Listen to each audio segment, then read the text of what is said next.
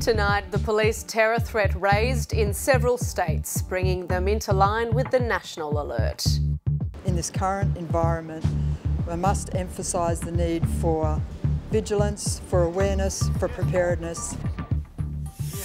Japan's Prime Minister defiant after Islamic State issues a video threatening to kill 2 Japanese hostages.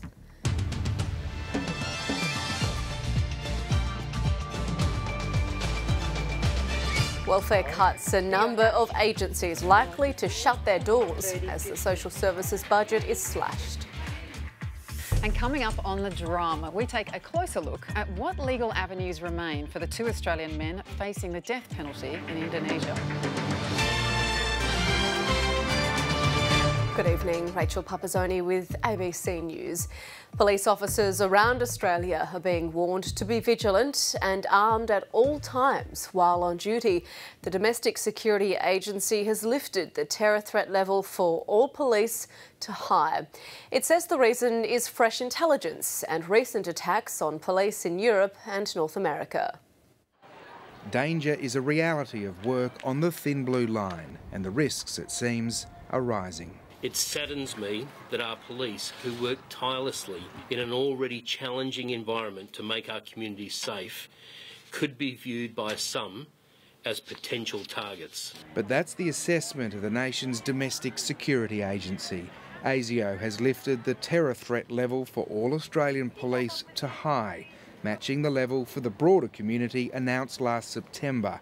It means an attack is likely but not imminent. I have reminded all of our officers of the need to be aware of their environment and their personal safety and the safety of their family and loved ones. Fresh intelligence has prompted the change. Authorities also point to the recent attacks on police in Paris and Canada and the bloody events in Sydney's Martin Place. In this current environment, we must emphasise the need for vigilance, for awareness, for preparedness. Security at police facilities has been bolstered and officers are being told to carry their weapons and protective equipment at all times when on duty.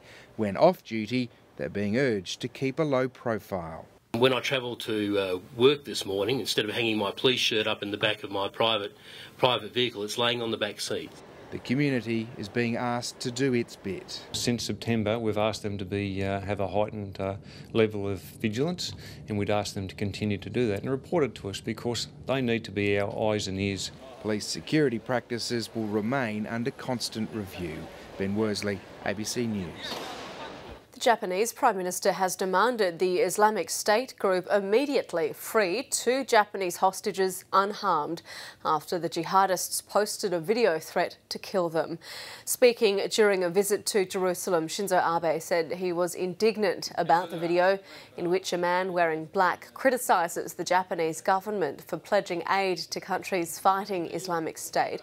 The man in the video threatens to kill the 2 hostages unless a ransom of more than $200 million is paid within 72 hours. Michael Penn is a journalist with the independent Shingetsu news agency in Tokyo, and he recently published his book Japan and the War on Terror. He told us more about how Japan is likely to respond to this threat. I think that you can't expect that this Prime Minister, who is a conservative and very strong on these issues, will very much make it his priority to not be seen to be bending and to not be seen to be shaking in any way at the threat. So I think that you can expect from the Tokyo government this kind of response all the way down the line. But I think that the entire political establishment and the conservative media will fall strongly behind the Prime Minister.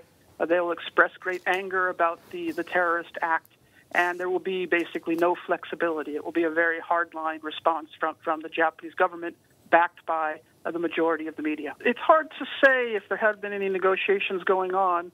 I assume that they had these guys captured for quite some time, and now they just kind of pulled them out of the hat in response to Abe's visit. If Japan would consider any sort of ransom, I think one of the necessities would be that it would not be done in public. My guess is that they will not offer a ransom. So actually, Japan's say, policies in the 1970s and 1980s were actually quite friendly to the Arab world, and Japan basically donated a lot to the Palestinians and other things. But as of, say, the 2000s or so, when Japan began to support the Iraq War and other things like that, it became much closer to U.S. policy. And from that time, Japan sort of started to enter the danger zone in terms of its relationship with the radical groups. The Prime Minister might want Australians to focus on his plans for jobs and families this year, but even his own MPs are having trouble selling the narrative. Many on Tony Abbott's backbench have returned from holidays with a message from their electorates that it's the PM who has to lift his game. Political editor Chris Uhlmann reports. The start of each political year holds hope of new beginnings. Well, it all happens from here, mate. Well done. Tony Abbott was on solid ground today launching a multi-million-dollar Western Sydney road project in the company of a popular Premier. We're here to help. Which we had to work hard. We're here to help, mate. New South Wales goes to the polls in March, so will a troubled Prime Minister be welcome on the campaign trail? Well, I expect the Prime Minister to be here at these sort of announcements. The Prime Minister had hoped to bury the untidiness of 2014, but that was dashed in last week's messy retreat from a plan to cut some rebates to GPs and reports of a cabinet spat when the Prime Minister insisted on the idea. There are lots of vigorous discussions inside the Cabinet, inside the National Security Committee, inside the Expenditure Review Committee, but all decisions are unanimous, and this certainly was a unanimous decision. But the fact that the internal brawl leaked means someone wants the Prime Minister to wear the blame for this misstep, and the Labor opposition is well versed in how governments go bad. Either Peter Dutton or Joe Hockey placed the story. I think the Prime Minister should be very worried about that kind of arse-covering exercise by his colleagues. Tony Abbott is determined to press ahead on another front, the deregulation of university fees. This is a very good package, and it will be front and centre of the government's legislative agenda. And the resistance is preparing for the battle. The Greens won't be compromising on deregulating university fees. We don't believe it's a good idea. As coalition MPs drift back from holidays, the hot-button talking point isn't policy. They're talking about the leader. Cabinet ministers and backbenchers alike are worried he's become a liability. Most are willing him to succeed. Some fear he's beyond redemption. Chris Uhlmann, ABC News, Canberra. Hundreds of charities and social services may soon have to shut down because the federal government has cut $250 million in funding. The Social Services Minister Scott Morrison says other organisations will step in to fill the gap, but welfare advocates aren't convinced. For almost 50 years, Holroyd Community Aid has been a safety net for locals in need. Have you got your papers? The volunteer staff hand out food and electricity vouchers, clothes and money for medication. Some people just need a little step, a helping hand, and a lot of people get that little helping hand and they don't need to come back to us. That helping hand meant single mother Ivana Matic could still put food on the table when money was tight. That $50 was a top-up grocery shop. So if you look at it like that, you know, that's $50 that I wouldn't have had for a grocery shop at that time. The charity received $184,000 in federal support last year, but just before Christmas it was told it would no longer be funded and says it'll have to close its doors at the end of February. I feel gutted that I'm going to see these people and I know that I can't help them and I know that they're genuine. $271 million was cut from the Department of Social Services as part of the government's budget savings last year. And for the funding that remains, organisations have had to compete in a tender process. 5,500 new and existing charities and service providers applied for these funds. Only 700 have been shortlisted, potentially leaving 4,800 without money. Homeless services like National Shelter and this support group for teenage mothers didn't make the cut, and the list goes on. Family services, emergency relief, housing services, as well as policy and advocacy, vital expertise. It's clearly large and it's clearly very deep. The government is still negotiating with the shortlisted organisations and won't confirm which charities have lost out. But a spokeswoman for Social Services Minister Scott Morrison says the successful providers will be announced shortly. Jessica Kidd, ABC News. The Victorian Premier has raised the stakes in his pledge to scrap the multi-billion-dollar East-West Link project. Daniel Andrews is considering special legislation to avoid paying a hefty compensation bill to the winning consortium. The Premier's opposition to the East-West Link is unequivocal. I will not break the commitments I made before November the 29th. We are not building this project. It is a dud project. That means breaking the contract with the winning consortium, East West Connect. Before the election, Labor denied that would expose taxpayers to any compensation, let alone the $1.1 billion estimated by Treasury at the time. The contracts signed in these circumstances are not worth the paper they're written on. The contracts aren't worth the paper they're written on. No compensation will be paid. It's not something the Premier will repeat now. It's appropriate to refund people costs that they've been incurred. We're going to work through these issues responsibly, carefully, and again, I'm not going to run a commentary on them. Despite insisting the negotiations are confidential, he's leaving open the option of special legislation to avoid paying compensation. You asked me whether I would rule that out, and I'm not ruling that out. Others can make a judgment about messages that sends or doesn't send. The Coalition wrote the compensation clause into the contract. It now says any move to legislate against it would be disastrous and invoke sovereign risk. Daniel Andrews has a responsibility as Premier of Victoria to do what is financially right and, of course, to put in place infrastructure for our state's future. He is doing neither of those two at the moment. Even if the government does resort to special legislation, it'll require the backing of minor parties in the upper house to pass the parliament. The Greens are supportive, but the votes of at least 2 more micro-party MPs would be needed to get it over the line. Frances Bell, ABC News, Melbourne. Petrol prices are still falling, and at least one Melbourne service station has now broken the $1 a litre mark. An outlet in Footscray was the first to offer unleaded petrol at 99.9 cents a litre. Elsewhere, another service station was asking 100.5 cents a litre. Since world oil prices have decreased and we've seen this continual decline in retail petrol prices, there is no fuel price cycle associated with it, so a double win for motorists. The average price in Melbourne is about 106 cents a litre. That's the lowest price in 6 years. A tourist accused of punching his brother to the ground in Sydney will be allowed to live closer to the hospital where his wounded sibling is being treated. Barry Little faced court today, supported by his partner, who's travelled from Northern Ireland. Patrick Little is out of a coma and his father says he's now communicating. Little's bail conditions were amended, allowing him to move from his aunt's house in Western Sydney to make it easier for him to visit his brother at St Vincent's Hospital. He'll be back in court next month.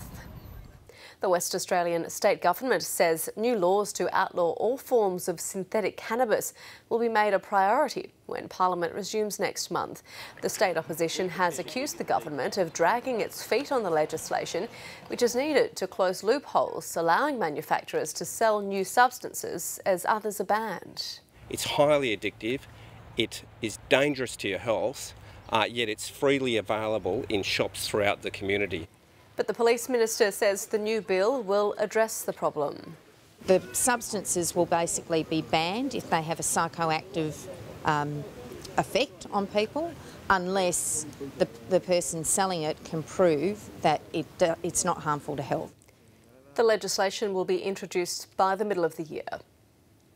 Adelaide Hills grape growers face an anxious wait to find out whether their crop has been tainted by smoke from the Samson Flatbush fire.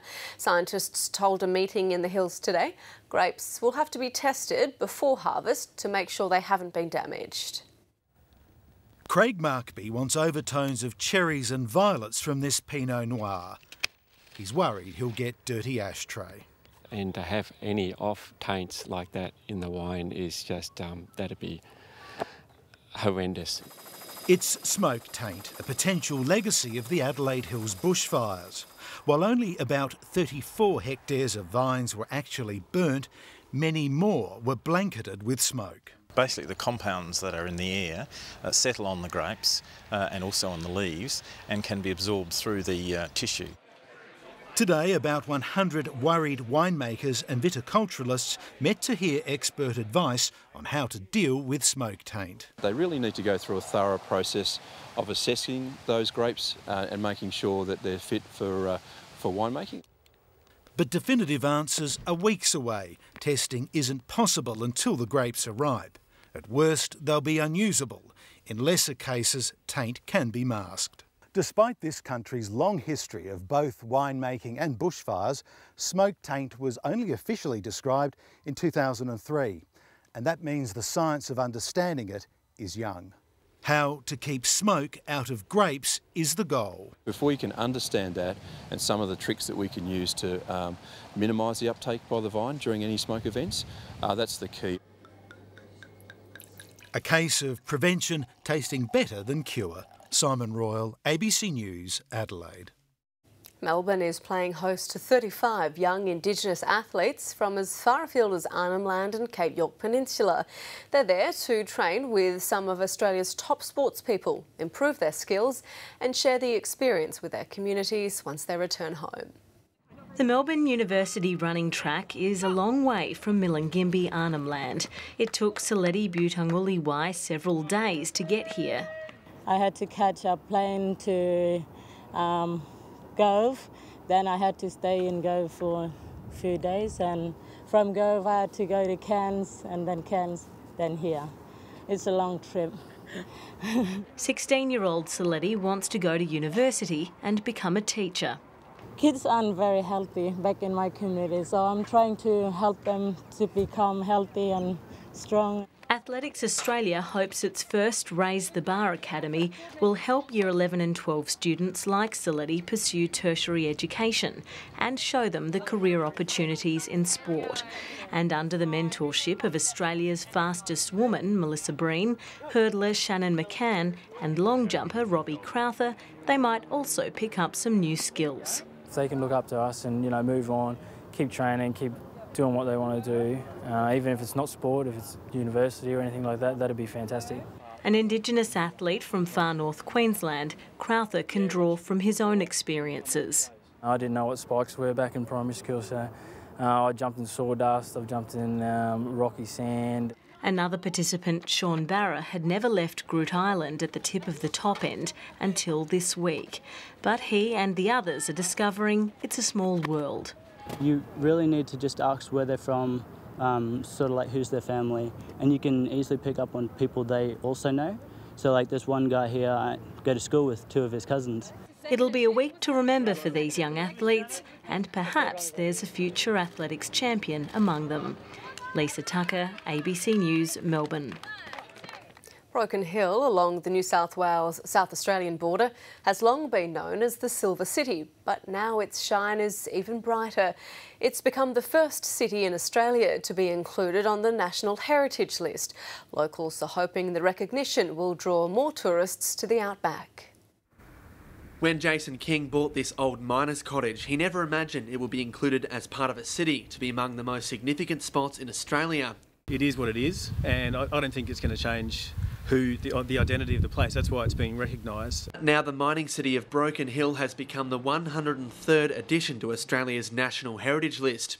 The gritty outback city now ranks alongside such top tourist attractions as the Great Barrier Reef and the Sydney Opera House. There has never been an Australian city listed in whole on that list.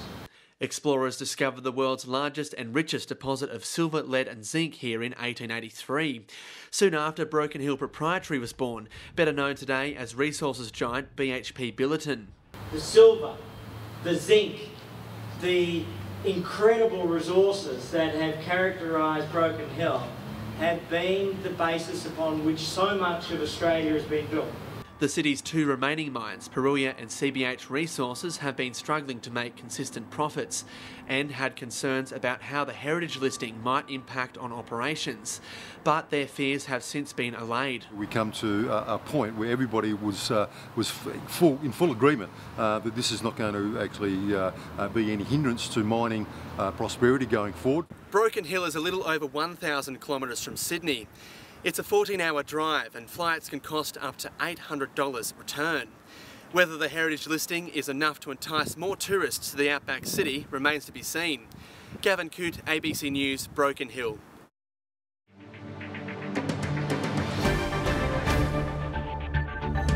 The European Union has agreed to boost intelligence sharing and communication with Arab countries after the deadly Charlie Hebdo attacks.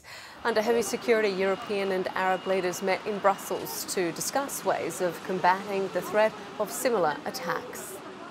The second level of decisions we've taken is to raise our level of cooperation, both bilaterally and multilaterally, with Arab countries, with Mediterranean countries, and starting with the League of Arab States. The EU has signed a memorandum of understanding with the Arab League supporting greater cooperation to combat Islamic extremism. Australia is expected to take part in talks in coming days aimed at preventing the financing of terrorist networks. The actions of Kenyan police are under fire after they used tear gas on a crowd of school children. Dozens of students had joined their teachers in a protest outside a primary school in Nairobi after discovering their playground had been seized by a property developer. Africa correspondent Martin Cudahy reports. The first day back at school is usually filled with emotion, but not like this. The students of Langata Primary School returned to discover their playground fenced off by a property developer in what this crowd believes is an illegal land grab. But police had little patience for protesters trying to pull down the barrier. Children as young as 6 years old fled the tear gas, some onto an adjacent busy road. Most terrified and some hurt. This is kids' action. They want back the playground and they came to take back the playground. Several children had to be taken to hospital for treatment. At least one policeman was injured in scuffles that broke out with angry parents. 2 activists have been detained by police. The guys who are stealing this land have guts. How do you justify stealing this land? It will now be up to the Kenyan Land Commission to investigate who is the rightful owner of the playground and whether it can legally be turned into a parking lot for a hotel, which activists say is owned by a powerful politician. Also being investigated is the conduct of the police. They say they were simply following orders to protect this property and that rocks were thrown at officers. But those responsible for gassing the students could be charged. Martin Cudahy, ABC News, Langata, Nairobi.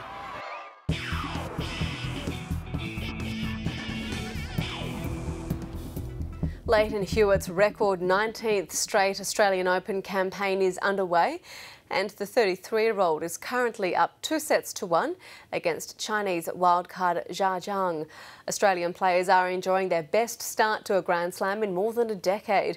Today, Samantha Stosur and Casey Delacqua easily advanced, joining 7 other Australians who won through yesterday. It's been a while since local fans have celebrated like this at an Australian Open. Kokonakis is through. Thanasi Kokonakis overcoming 11th seed Ernest Gulbis in a 5-set classic. Oh yes, it's getting interesting now. I'm really happy with how I felt physically, and yeah, I was thrilled with that win. Best win of my career. As the drama unfolded, fellow teenager Nick Kyrgios was locked in a similar battle with Federico Delbonis. Kyrgios left the court with injury problems early in the match, but returned to fend off the feisty Argentinian in 5 sets. Kyrgios is through. What a night, what a day for Australia. With Sam Groth also winning through to the second round last night, Australia has made its best start to a Grand Slam since 2003. But tennis bosses are keeping their cool. You know, just want to try and keep them as grounded as we can. As I said, it's only the second round, and a lot of those guys have great potential to go on. Kokonakis and Groth will play each other in the second round, while Kyrgios will meet 23rd seed Ivo Karlovic. I can't tell you if they're going to be Grand Slam champions or not, but they certainly have an X factor that puts them in the mix of being great champions. The Australian surge continued on day 2, with Samantha Stosur easily accounting for Romania's Monica Niculescu. Oh, yes. Casey Delacqua was equally impressive, dismantling Yvonne Moisberger in straight sets. Boom! Day 2 was also kind to the favourites. Novak Djokovic and last year's champion Stan Wawrinka both recorded comfortable wins. Damien McIver, ABC News. The Socceroos are preparing for a Chinese onslaught on and off the pitch in Thursday night's Asian Cup quarter-final in Brisbane. While Australia is heavily favoured to win, they remain wary of a side they haven't beaten in their last 3 matches. The Asian Cup form guide lists the Socceroos as last start losers.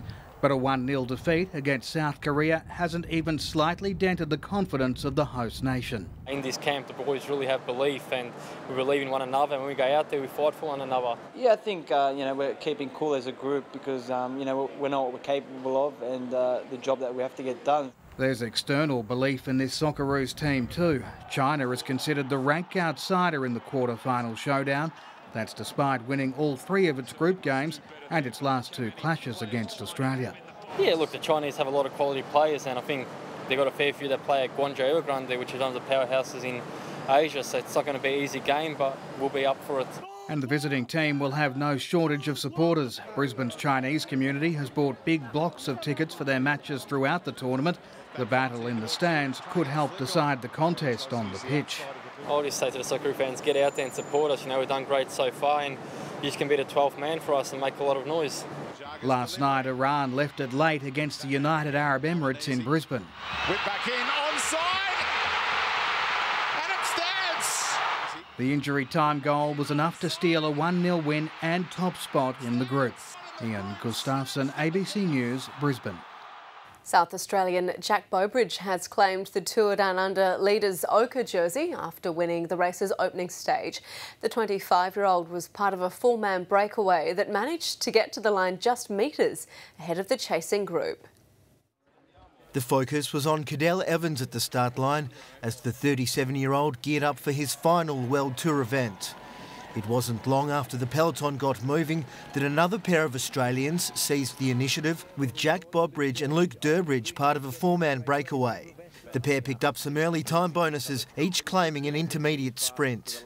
The peloton shadowed the quartet through the vineyards of the Barossa Valley before the breakaway hit the Category 2 climb up Checkers Hill, heading into the area blackened by bushfires earlier this month. There, the 2 Australians surged in search of the first King of the Mountains points. Now, he's not just an Australian, he is a South Australian, and that's what's caused the acceleration. Bobridge gets the 10 points, Durbridge will have to be content with 6. The main group crested the summit less than a minute later and started to eat into the lead on the descent. But when the sprinters' teams failed to take control of the chase, the advantage returned to the leaders. I'm starting to really doubt the bunch's capability of doing this and bringing them back. The race took another turn when the leaders began to engage in some cat and mouse as the peloton launched a late charge. They're closing desperately close, but is Bobridge going to hang on here? The peloton is going to get the same time as Bobridge gets the victory. We kept our cool when they were playing games with us, and then we played the big game at the end and stayed away. Bobridge holds a 4-second advantage over Dutchman Luva Vestra heading into the second stage. John O'Shea, ABC News, Adelaide. After being lost in the West Australian bush for 7 months, Connor, a 5-year-old English Springer Spaniel, has been reunited with his family with the help of social media. In June last year, the Thompson family was leaving their farm 250 kilometres south of Perth when Connor ran away. After enduring freezing winter nights and recent blistering heat, Connor was found on Saturday by a farmer who initially thought he was a feral pig. The Thompson family says Connor needs a good feed, his paws are a little sore, but he's in good spirits and happy to be home.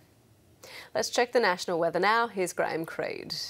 A flood watch has been issued for the coastal rivers between Townsville and also Bundaberg in Queensland. Now, there is the potential of significant rainfall over the next 3 to 4 day period along the coastal districts of Queensland. It's all in association with this deepening low as an upper level disturbance moves through. We've also got a lot of moisture feeding into that low. We'll see some of those potentially heavier falls also pushing down into parts of New South Wales, but not the widespread heavy falls we're expecting in Queensland. Still got some very hot air sitting through the interior of Western Australia as well. Temperatures actually towards the end of the week forecast to reach around 48 to 49 degrees. A few showers and humid across the southeast, but the wettest conditions about Queensland. And that is ABC News for now. I'm Rachel Pupazzoni. Thanks for watching. Do stay with us for The Drum.